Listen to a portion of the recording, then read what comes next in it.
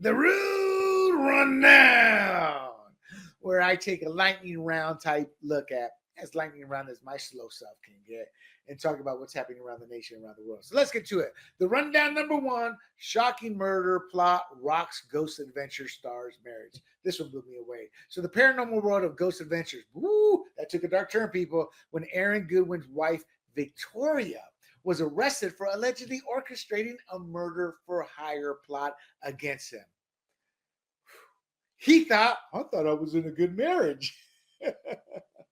So she's the wife. Victoria Goodwin is the wife of Ghost Adventure star Aaron Goodwin, reality show sorts. And she was arrested March 6th in Clark County, Nevada. She's facing charges of soliciting and conspiring to murder after allegedly plotting with a Florida inmate to kill her husband for $11,515 while he filmed this show. We're not talking big dollar here, man. That inmate, woo, boy, he needs an agent to get himself a better deal. So despite a seemingly happy marriage showcased on social media, Aaron was blindsided, and Victoria denied the intent to kill him. Oh, no, it's just a misunderstanding. When I said I want you to kill him, I just meant kill him with love. She claimed she was fantasizing and thought payments were for cell phones, highlighting a big gap between what's being reported in the media and what the police are charging with what she's saying. So my take, look, this is jaw-dropping betrayal, and it echoes a similar scandal from Married at First Sight, season 11, where participants' hidden motives unraveled post-show. Okay, there's no direct ties to that, but it does parallel another reality show. So it does underscore the chilling reality that love can blind you to red flags like potential affairs or deceit, and it's obviously left Aaron's world shattered. It's a devastation I've witnessed in the Navy, where ulterior motives masked as affection destroy lives and finances. And so let me talk about both points here. There's always red flags when you look at it. Texts, phone calls, eating, getting in shape, just all kinds of red flags. And then I've also seen it from the military stance, where the woman would marry the sailor. Some of them were still virgins, not the most handsomest, to get to America. At which point they would stay married for about 10 years, where they could get divorced, collect the check. In the meantime, they're bringing their family over through the husband's name. So I've seen that racket too many times for anybody to go, are you sure? No, it happens more than not. Maybe not 40, 50, 60%. Well, maybe it is 40, 50, 60%, but it's very high. So, and these people, they're just blind to what's happening. As Aaron here was. Rundown number 2. Gene Hackman's estate faces potential family dispute after wife's unexpected death. So we all know about Gene Hackman and his passing of he and his wife, how his wife passed approximately a week before he did, and he just probably died of starvation and everything else to go with it. He had dementia so badly, he was probably like a 2-year-old child. I say that having seen it, having worked in that industry. So Hackman has an $80 million estate, and that's at the center of all this controversy, because his wife, Betsy Arakawa, she was named the sole beneficiary in his will.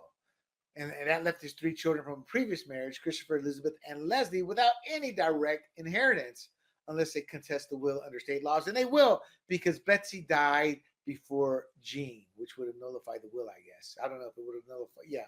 So the complexity of all of this estate planning stems from, again, Arakawa predeceasing him by about a week. And there's no clear contingency in his will for this scenario. So that means the courts are going to be involved. So the courts, the state has no right to this money because there are living heirs. So which heir gets it is where a potential battle could brew. So for those of you, just remind you, Hackman died of heart disease and Alzheimer's related issues. He died of Alzheimer's because his Alzheimer's what prevented him from getting care. If he didn't have Alzheimer's and had a heart disease, he would still be able to function and call for help. She died from hantavirus pulmonary syndrome. She probably got it from mice. They're older. They had animals living out there in the ranch, so probably mice somehow. So this leaves his $80 million estate open to claims by his 3 children. And under interstate laws, intestacy, I don't know how to pronounce it, laws, everything's dependent on the will's terms. And since the will's all messed up because she died first, the courts are going to have to settle it out. This could be settled. This situation could turn messy revealing possible resentment between Hackman and his children that they weren't in the will. For my research, they didn't see him for long periods at a time. And with her death prior to his death, throwing all this into chaos. The siblings might fight over the shares, though a swift split is possible if they cooperate.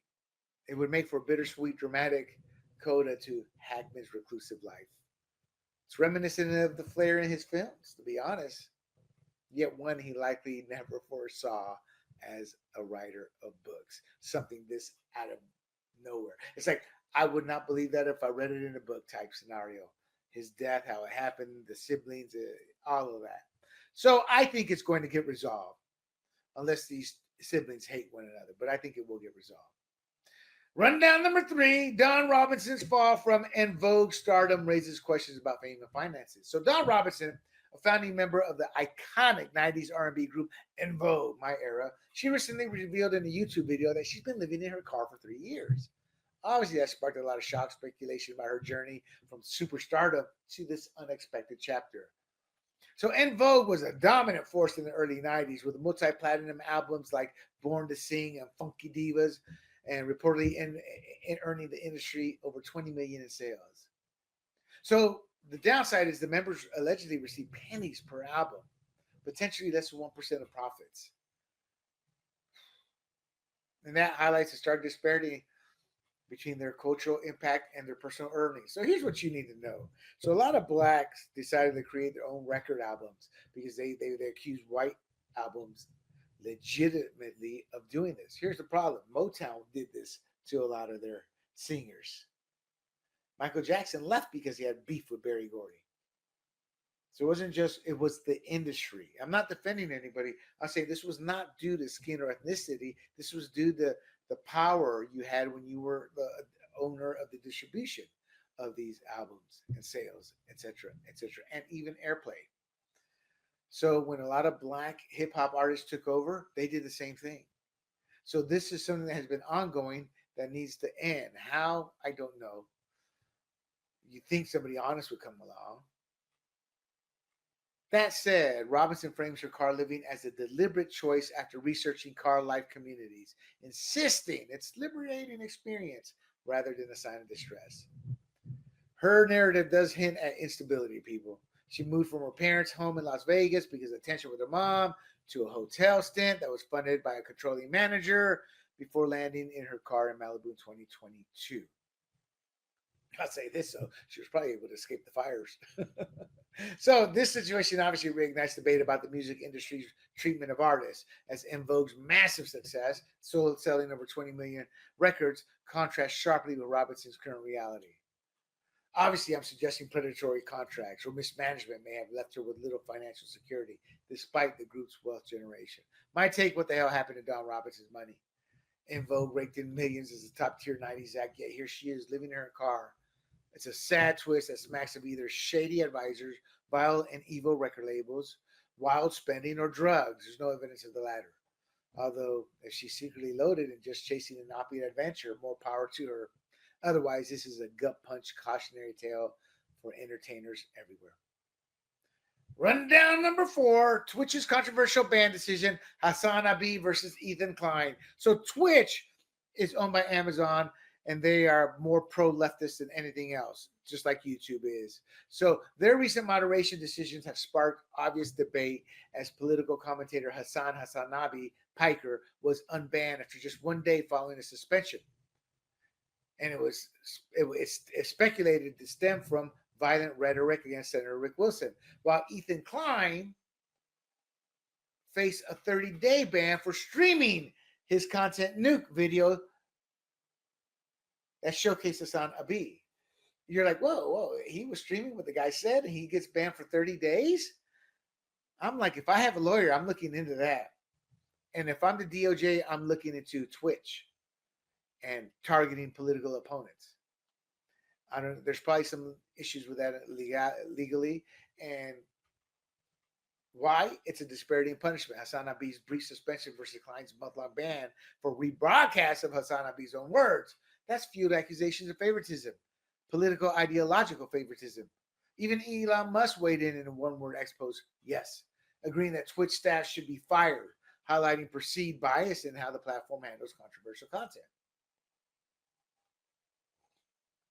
Look, Twitch is lagging behind YouTube in the gaming streaming race.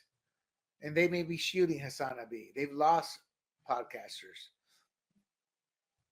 He's a polarizing leftist figure, and he only faced a one-day ban for wishing harm on conservatives and encouraging it while harshly penalizing Ethan Klein for just replaying the content.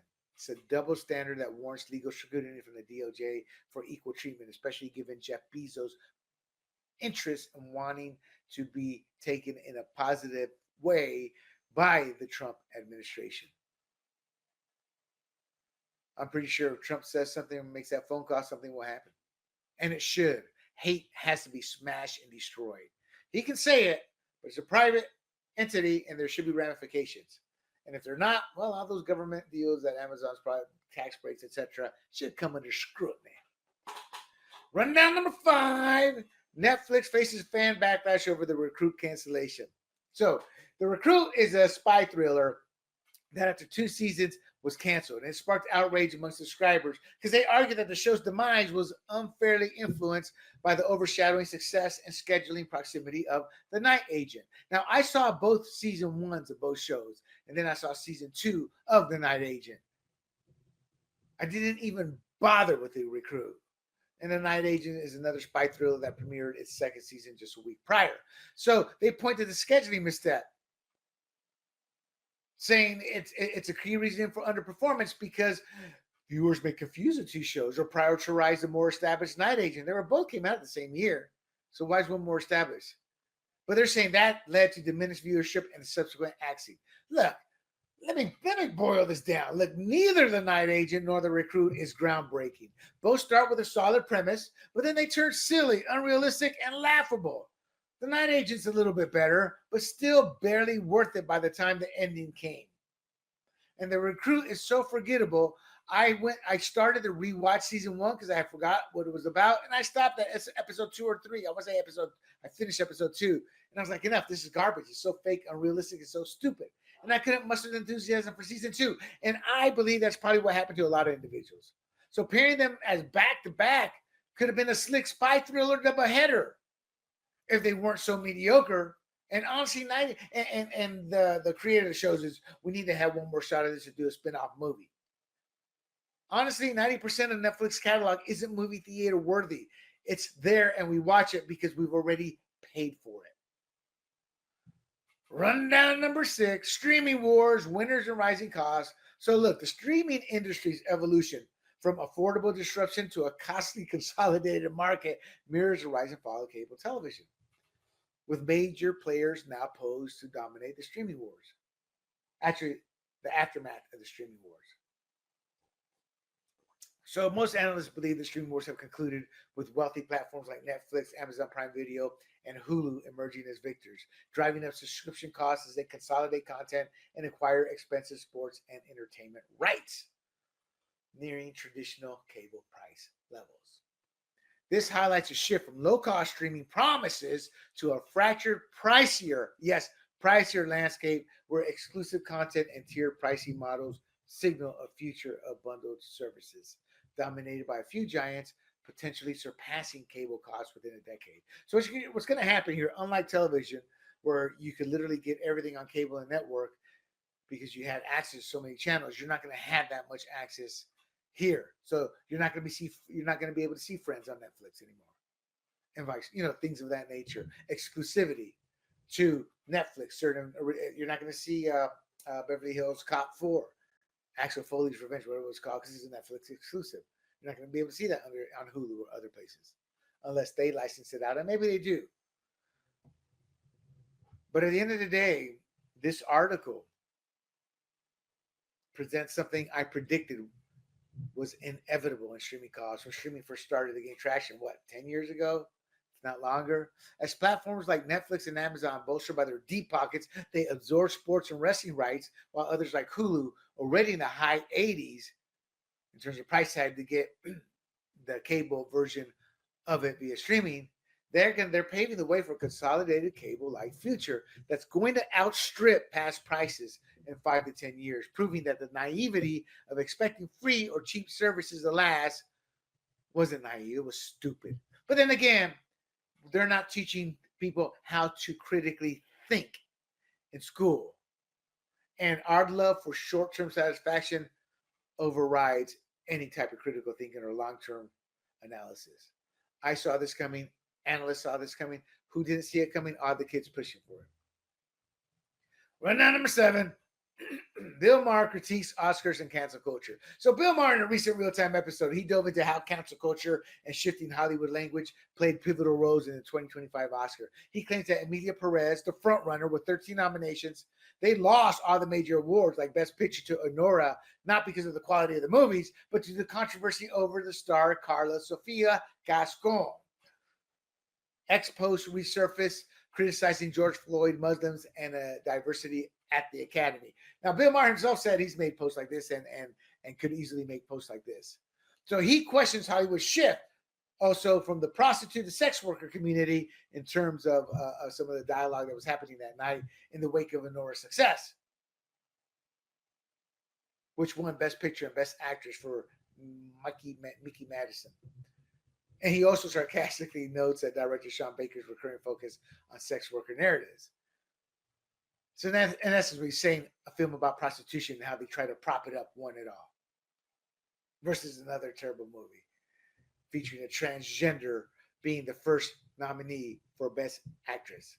And Hollywood itself hated this, but they couldn't. They had to keep their mouth shut as they promoted it because of diversity. So they were caught. So when this came out about the Ex-Post, that was their opening, and they destroyed the movie. And you know, what's the movie called again? I forget. And I've only talked about it a few times. Emilia Perez, they destroyed it, and Honora won it all. Mars take rings true. Behind Hollywood's public push for Gascon as a groundbreaking trans actress, the industry quietly recoiled from a conservative-leaning post, exposing George Floyd as nothing, and I'm being polite when I say a flawed figure. He was just a bad dude. They used those tweets as a conventional excuse to ditch Emilia Perez, despite the fact it was going to dominate the awards. And as far as lifting up prostitution industry, I merely ask, how many of you parents are going to sit down, have a conversation with your daughters, and encourage them to be hookers? Enough said. Rundown number 8. Wikipedia shifted left-leaning propaganda. Wikipedia, once a neutral platform for open knowledge, has transformed into a vehicle for advancing left-leaning establishment perspective. And that's asserted by co-founder Larry Sanger in an interview. This one's a little older, but with the hate towards Trump shifting, more hate's going to show up and lies are going to show up on Wikipedia. So he points out that Wikipedia sourcing rules prioritize the mainstream and left-leaning media like CNN and the New York Times. They will not allow right-leaning sources to be used, like Fox News. So you get biased coverage, biased takes. My take is simple. If Section 30 is revised to permit lawsuits against Wikipedia, the site's going to be filing for immediate bankruptcy by being overwhelmed with legitimate lawsuits of false narratives, lies being written about people. They're deliberately promoting fabricated lies that target conservatives and Republicans. And that's a view I've supported here in previous Red, White, and Rude podcasts. I mean, its exclusive use of far left and left-leaning sources enables what I call election interference. Because when somebody goes to read up on somebody, wow, that's a bad dude, can't vote for him. And the intentional demonization of an opposing ideology, conservatism. We've got to do something about Section 230. And now. And I haven't heard Trump whisper one iota about that. And that's why Facebook, Amazon, with the Washington Post, but all these social media platforms are aligning with Trump. Apple, all of them, because they were hardcore leftists. They don't want Section 230 messed with or other laws. Google's another one, you know. They don't want any of those laws messed with or those regulations because it's going to open the door to destroying their multi-billion-dollar conglomerates. There you have it, the Rude Rundown. Hey everybody, this is Big John from Grumblings Media, and I just want to say thank you for watching our content. If you want to support our efforts here at Grumblings Media, just smash the subscribe button right here, totally free, or just go ahead and consume more of our great content. Click either one of these two boxes.